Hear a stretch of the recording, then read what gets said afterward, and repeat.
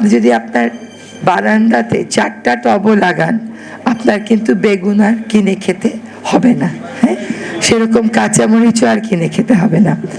আসলে ছাদ বাগানের বিষয়টা হলো সবুজ থেকে মানুষকে বেশি দিন দূরে রাখা যায় না। এটাই হচ্ছে ছাদ বাগান আমাদেরকে শিখিয়ে দিয়েছে। চীন দেশে বায়ু দূষণ নিয়ন্ত্রণের জন্য স্থানীয় সরকারকে নির্দেশ দেওয়া হয়েছে যে কত স্কোয়ার ফিট তারা সবুজ করতে বাধ্য। কাজে আমাদের নির্মল বাতাসের জন্য আর বিষমুক্ত খাবার জন্য এটা খুবই জরুরি। আমি আসলে ঘোষণা দিতে পারবো না, তার কারণ হচ্ছে আপনারা তো আমাকে পরিবেশবাদী হিসাবে চেনেন। সব পরিবেশের সমস্যায় আমাকে ফোন করেন, রাতে 2:30টার সময় ফোন আসে, আপা মেঘনা নদীর পশ্চিম পারে বালু তুলে। আমি বলি ভাই বালু তো আমার বিষয় না, এটা ভূমি মন্ত্রণালয়ের বিষয়। তারপরে আমাকে ফোনটা করে, কারণ আমাকেই তারা সবসময় বলতো এই ঘোষণাটা আসতে হবে স্থানীয় সরকার থেকে। শুধু ঘোষণা না, স্থানীয় সরকার আমি বিশ্বাস করি নেতৃত্ব নিয়ে নিজেই আসলে ঢাকা শহরের সবগুলো ছাদকে বাগানে পরিণত করার জন্য প্রণোদনা এবং কর্মসূচিও দেবে। ওখানে আপনারা এখন তরুণ একজন নেতৃত্ব পেয়েছেন। এবং ঢাকা শহরের ধুলা, বায়ু দূষণ আমি আগেও বলেছি, এখনো বলছি, 1 বছরে আপনি কিছু করতে পারবেন না, কেউ পারেনি। কিন্তু মানুষের দুর্ভোগটা তো কমিয়ে রাখা যায়।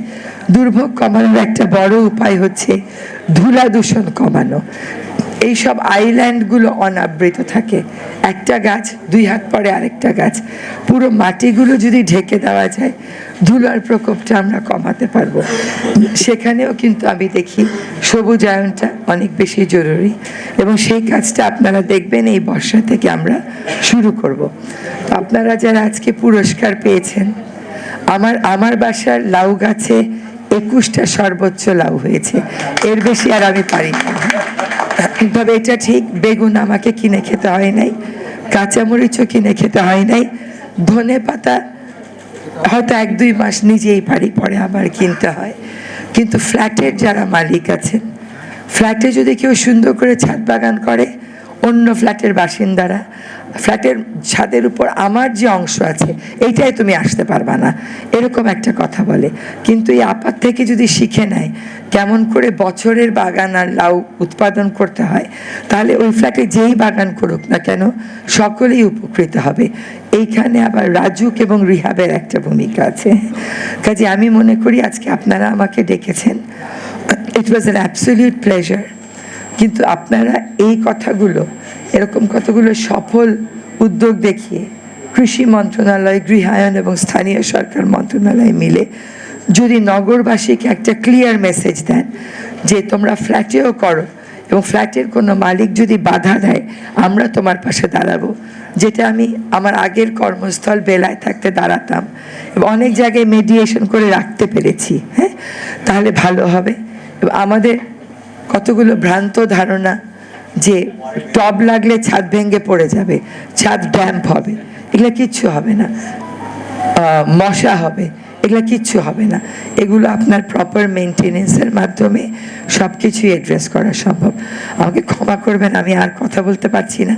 তা আপনাদের এই উদ্যোগ সফল হোক, ঘরে ঘরে ছড়িয়ে পড়ুক নিরাপদ খাদ্য, নির্মল বাতাসের জন্য, প্রকৃতির সাথে বাচ্চা কাচ্চা পরিচয় করিয়ে দেওয়ার জন্য ছাদ বাগানের প্রসার করা ছাড়া উপায় নেই। একটা কথা বলি, আমি যখন প্রথম ছাদ বাগান করি আমার লাউ গাছে ফুল আসছিল, লাউ এতটুকুন হয়ে ঝরে পড়ছিল, কারণ পরাগায়নের সুযোগ ছিল না।